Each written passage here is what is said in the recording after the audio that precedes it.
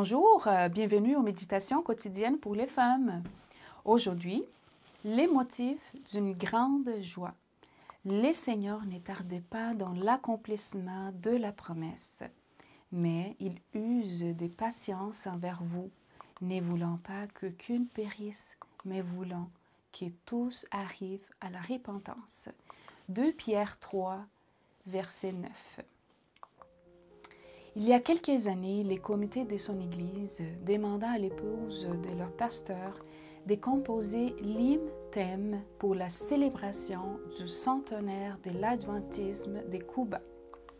Les titres étaient « 100 ans à renouveler de vie ». Elle s'est mise au travail.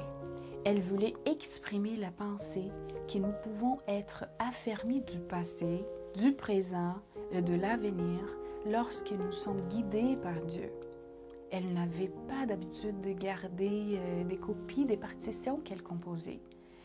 Elle a donc longtemps cru qu'elle avait perdu cette pièce de musique qui avait une signification particulière pour elle. Un jour, n'y trouvant pas sa Bible, elle dut prendre celle de son mari. En l'ouvrant, elle vit les programmes qui avaient été remis aux auditeurs lors de la célébration.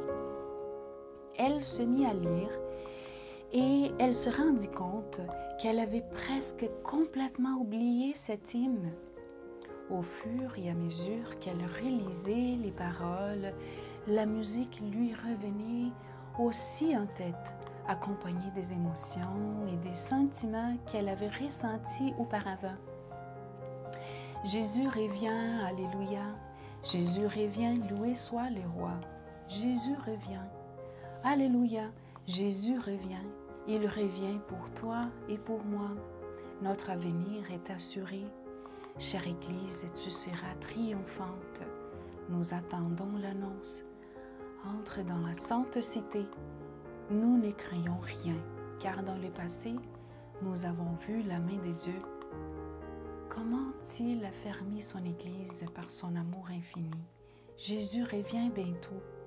Dans les programmes remis à chaque participant, s'est trouvé ce message. En jetant un coup d'œil sur notre passé, après avoir fait chaque pas en avant dans notre mouvement, je peux m'écrire. Loué soit Dieu, nous n'avons rien à craindre de l'avenir. Si ce n'est d'oublier les enseignements du Seigneur et la manière dont il nous a conduits dans le passé. Témoignage pour l'Église, volume 3, pages 525 et 526.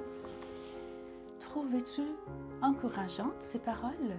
Elles sont pour moi une source d'inspiration et me rappellent les prompts retours de notre Seigneur. Il ne tarde pas l'accomplissement de sa promesse, mais il s'occupe sans cesse de notre salut. Le Christ vient. Es-tu prête à vivre en sa compagnie pour l'éternité?